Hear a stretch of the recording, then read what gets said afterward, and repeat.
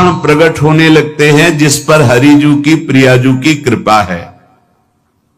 पहला, घोर अपराध करने वाले के प्रति भी दया की भावना, शांति पहला लक्षण है। भाव में भी पहले शांत भाव है। हमारे ऊपर श्री हरिजू की कृपा है, इसकी पहचान ये 8 लक्षण। पहला, शांति, अर्थात घोर अपराधी के प्रति भी गुस्सा ना आना, क्षमा करना, ये हरि की कृपा का लक्षण है। देख लो भाई, घोर अपराधी शब्द तो जाने दो, जरा सा प्रतिकूल हो जाए तो लाख समझाओ पर भ्रकुटी तनी रहती है। भला ऐसा है? अपराधी पर भी क्षमा का भाव होना, ये हरि कृपा पात्र में ही होगा, अन्य में नहीं। तो अगर अपने हृदय में ऐसा लगे कि ऐसा नहीं है तो हरिजू से प्रार्थना करनी चाहिए कि कृपा करो, मेरे में सामर्थ्य आवे। दूसरा, अनुसूया, वो किसी भी के प्रति कभी भी कोई दोष दर्शन ही नहीं करेगा। दोष कथन, दोष श्रवण की तो बात जाने दो। अनुसूया, दूसरों के गुणों में दोष ढूंढना, ये नहीं होता। हरि कृपा पात्र में ये नहीं था। ये सब भजन के नाश करने वाले, जैसे पहला अपराधी पर क्रोध कर देना, तो माया ने भेजा इसीलिए था कि तुम्हारे साथ व्यवहार ऐसा करे कि तुम क्रोध करो। क्रोध करोगे तुम्हारी ऊर्जा शक्ति नष्ट हो जाएगी, अध्यात्म में जो चलने की थी। और कहीं तुमने संकल्प कर लिया तो भजन शक्ति नष्ट हो जाएगी। तो अगर भजन बल है तो गया, जरूर उसको दंड मिलेगा, पक्का मिलेगा, 100% मिलेगा, लेकिन आप खाली हो गए। ना भजन करने की वृत्ति रहेगी और ना भजन रहेगा, दोनों बात। अनुसूया, किसी के सद्गुणों में दोष देखना, गुणों में दोष ढूंढना, ये हरि कृपा पात्र में नहीं होता। ये बहुत मंगलमयी बातें हैं जिससे हमारा भजन मार्ग पुष्ट होता है। तीसरा, वो बाहर से और भीतर से पवित्र रहता है, हरि कृपा पात्र। शौचाचार का ज्ञान होना चाहिए, वस्त्र आपके पवित्र होने चाहिए, ये बाहरी जल रज आदि के द्वारा बाहरी पवित्रता। और निष्कपटता, निश्चलता, सत्य भाव, ये अंदर की पवित्रता है। अगर कपट है, छल है, असत्य है तो हृदय मलिन रहता है। भीतर और बाहर से पवित्र रहना तीसरी जो कृपा का लक्षण है, अर्थात वो सदैव भगवत चिंतन परायण, शौचाचार का पालन करने वाला, बाहर और भीतर से हरि कृपा पात्र पवित्र रहता है। चौथा, ऐसे कार्यों का अनुष्ठान न करे जिनमें हमारा भजन छूटता है, जिनमें सत्य छूटता है, जिनमें भगवत भाव छूटता है। जैसे आपके ऊपर कृपा हुई, आप भगवत मार्ग में चल रहे हैं, अब आप ऐसे संसारिक कार्यों का अनुष्ठान कर रहे हैं जिनमें आपकी चित्तवृत्ति बिल्कुल भगवत विमुख हो रही, तो जीवन का लाभ क्या होगा? लाभ तो है भगवत स्मरण सहित। जैसे कल एक ने प्रश्न किया कि मैं खाता तो नहीं लेकिन मांस की दुकान में मांस बेचता हूं, होटल आदमी, क्या उचित है? ये उचित कैसे हो सकता है? तुम और भी तो व्यापार कर सकते हो। जरूरी है धर्म का पालन करने की इच्छा करते हो, धर्म आचरण करते हो, ऐसा नहीं। तो विरत बहुकर्मा, उन कर्मों से हमें विरत रहना है जो हमारे धर्म के विरुद्ध है, जो भजन के विरुद्ध है। हरि कृपा पात्र ऐसे कर्मों का अनुष्ठान कर ही नहीं सकता। अपने भजन का फल देखना भगवत कृपा पात्र के, सबको प्रदान कर देना। हिम्मत है? अपने भजन, इतनी मेहनत से किया हुआ भजन, भजन होने के बाद, हे प्रभु इस भजन का फल हो, सर्वे भवन्तु सुखिना सर्वे सन्तु निरामयः। यहां तो कहते महाराज एक माला रोज आपके लिए करता हूं कि आपकी बीमारी ठीक रहे, तो शेष किसके लिए करते हो प्रभु? शेष है अगर इष्ट और गुरु के लिए, तुम्हारा है कि एक माला करते तो फिर इतनी माला करते तो हमें क्या होगा, सब आपको दे देंगे तो हमें क्या होगा। तभी भजन का रहस्य नहीं जाना। छठवां, अपने भजन से अपने लिए कुछ भी ना चाहना और दूसरों की तो बात जाने दो, दूसरों से कुछ ना चाहना ये तो ठीक है, अपने भजन से अपने लिए कुछ ना चाहना है हिम्मत। देखो ये हरि कृपा पात्र में हिम्मत होती है। अपना भजन अपने प्रयोग में ना लाना, इसका भी आंतरिक रहस्य है। अपने प्रयोग में आप शरीर को लेकर के बोलेंगे, अगर स्वरूप को लेकर तो प्रयोग की कोई वहां जरूरत ही नहीं, स्वरूप पूर्ण काम है, वहां कोई अभाव नहीं। जब आप कोई भाव अपने लिए करेंगे तो देह भाव होगा, देह भाव से किसी विषय की मांग होगी। विषय पूर्ति भजन का फल नहीं होता, भजन का फल होता विषय निवृत्ति। बहुत जोर की बात है, कैसे समझ में आए। अपने भजन का भी फल अपने लिए नहीं, दूसरों से कुछ चाह रखना तो बात ही जाने दो, भजन से भी कोई अन्य सुख की चाह नहीं। क्या चाहिए, भजन ही बनता रहे, भजन का फल भजन बनता रहे, खूब निरंतर जप करते रहे। सातवां, किसी भी मान सम्मान कीर्ति पद प्रतिष्ठा के मिलने पर हृदय का असंतुष्ट हो जाना, यह हरि कृपा पात्र का लक्षण होता है। प्रणाम नमस्कार जय हो तो हृदय में असंतुष्ट हो जाना चाहिए। कोई किंचन मात्र अभिमान न उदय हो जाए। प्रभु बचाओ, ये माया की चकाचौंध से बचा लो नाथ। कौन सा अपराध बन गया कि आपकी जय की जगह यहां हमको ऐसा सुनना पड़े। मान प्रतिष्ठा कीर्ति जिसके लिए बड़े बड़े लालायित रहते, हरि कृपा पात्र को विष की तरह चुभती है। और आठवां, किसी भी प्राणी समुदाय से संबंध ना रखते हुए सब पर दया की भावना, सब पर कृपा की भावना, सब पर करुणा मैत्री पर किसी से ममता नहीं। ये सूत्र बहुत व्यवहार में प्रयोग करने योग्य है। सबसे करुणा और मैत्री पर किसी से ममता नहीं। करुणा तो करी भरत जी ने, मैत्री भी की मृग से, पर ममता रहित नहीं रहे। ममता कर ली तो अगला जन्म हिरण का हो गया। प्राण मात्र पर दया कृपा करुणा मैत्री पर ममता नहीं, ममता किसी से। और यहां करुणा मैत्री ये तो गायब हो गई, केवल ममता रह गई है। अपने शरीर से ममता, शरीर संबंधियों से ममता, विषय भोगों से ममता, यही जहर है।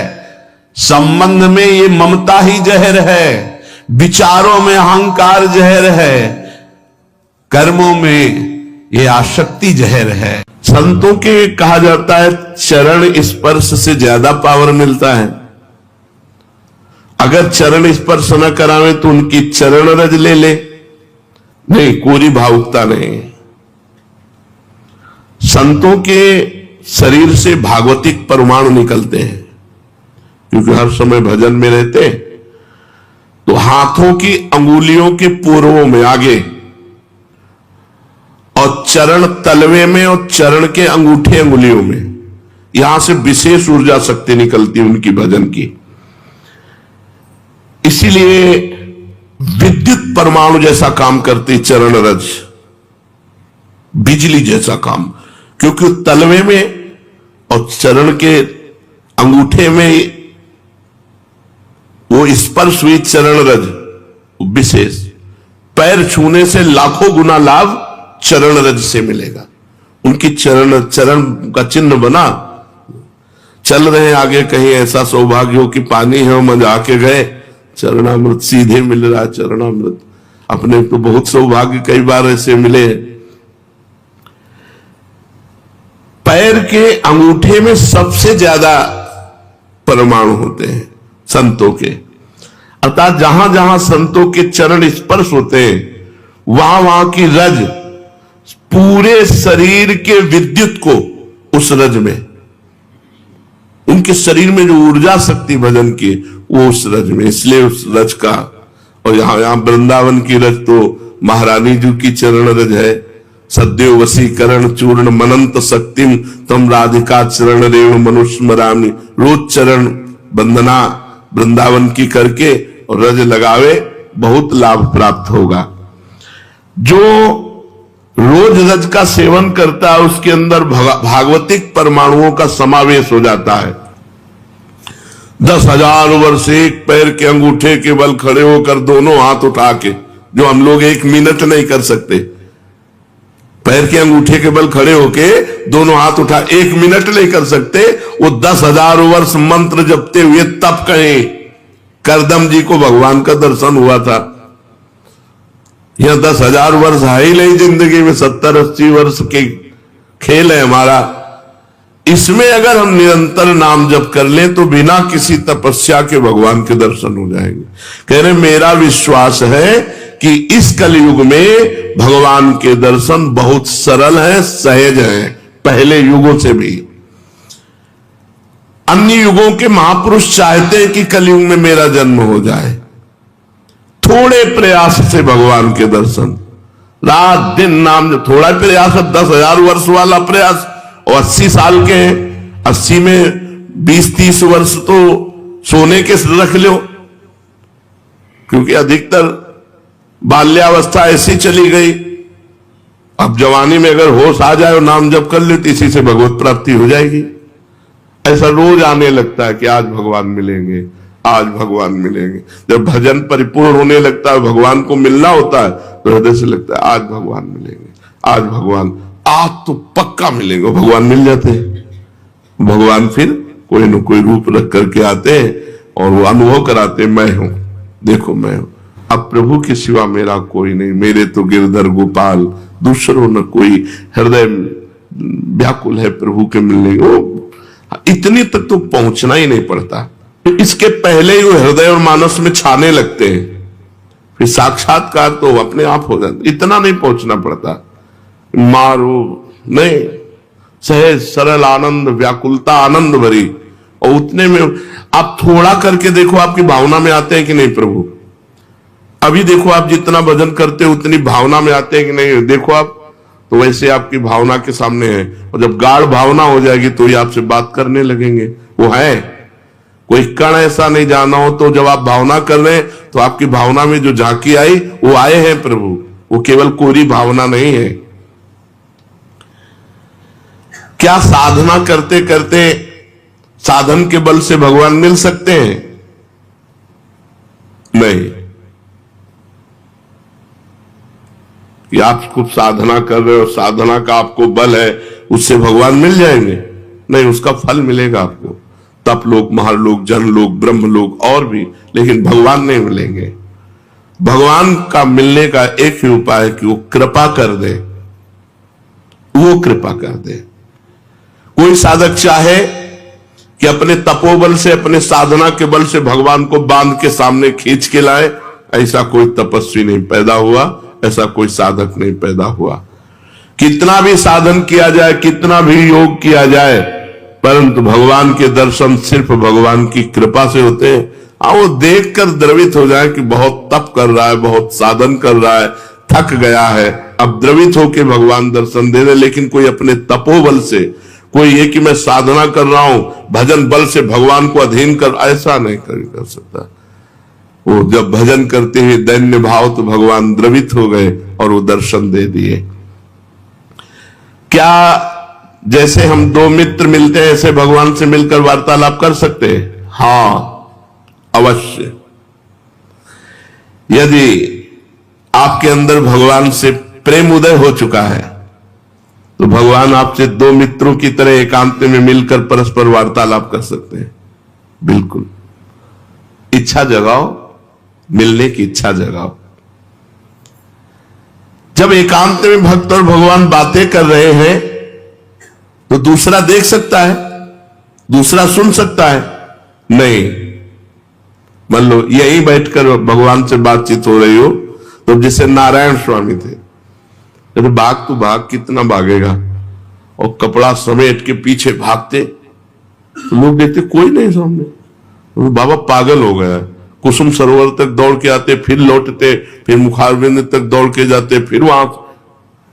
जब प्रेमी जनों ने पूछा तो बोले हमारी उसकी छुआछुई हो रही, वो देखो सामने दौड़ रहा है, मैं उसे पकड़ रहा हूं, लेकिन सबको लगता कि पागल हो गए हैं क्या, दौड़ रहे हो, कहते भाग तू कितना भागेगा, आज मैं पकड़ के छोड़ूंगा, और सामने कोई है नहीं, तो लोग पागल ही तो समझते थे। तभी भक्त को एक पागल संज्ञा दे दी जाती है। जिसको समझाने के लिए बिजली का भारी करंट मार दिया जाए, झटके में वो बस ऐसे, भगवान अनंत सामर्थ्यशाली। कहते हैं तुम घर सजाओ भगवान आएंगे। हाँ, तो मन का घर, ये बाहर वाला घर सजाने से नहीं कि बाहर आप खूब सजा दो लीप पोत के, तो भगवान, यहां मन रूपी घर को, मन से संसार रूपी कूड़ा निकल जाए, दैवी संपदा आ जाए, मन मंदिर बना लो, मन सजा लो, मन के दुर्गुण हटा लो, मन को संसार से खाली कर दो, भगवान आ जाएंगे। मन रूपी घर को सजाना। क्या भगवत प्राप्ति प्रारब्ध में लिखी है कि तुम्हें जाओ इस जन्म में भगवत प्राप्ति हो जाएगी? नहीं। भगवान का भजन संत समागम के द्वारा प्रारंभ होता है, और भजन के द्वारा हमारा भाग्य नया निर्माण होता है भगवत प्राप्ति का। वो पूर्व जन्म से नहीं होता कि अगला जन्म तुम्हें भगवत प्राप्ति हो जाएगी, वो भजन से होता है।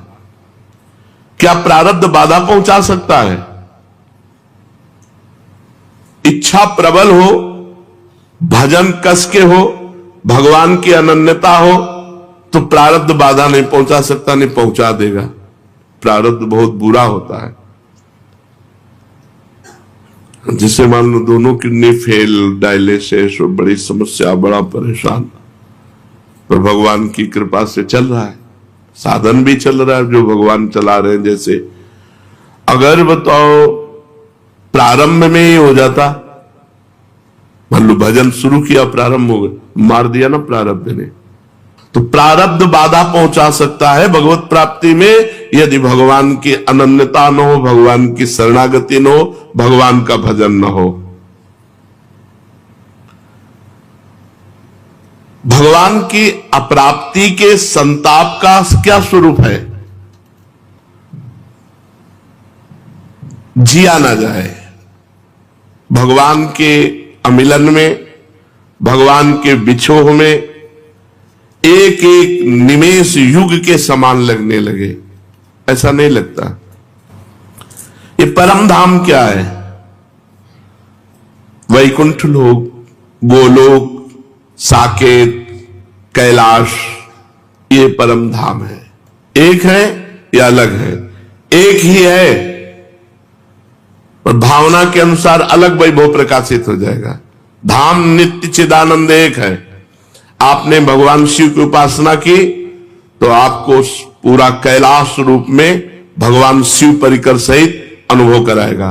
राम जी की उपासना की तो वही धाम साकेत बनकर अनुभव कराएगा। श्याम जी की उपासना की वही धाम गोलोक बनकर अनुभव कराएगा। धाम एक है, वो चिदानंदमय है, तो भक्त जैसी भावना करता है वैसा अनुभव कराता है।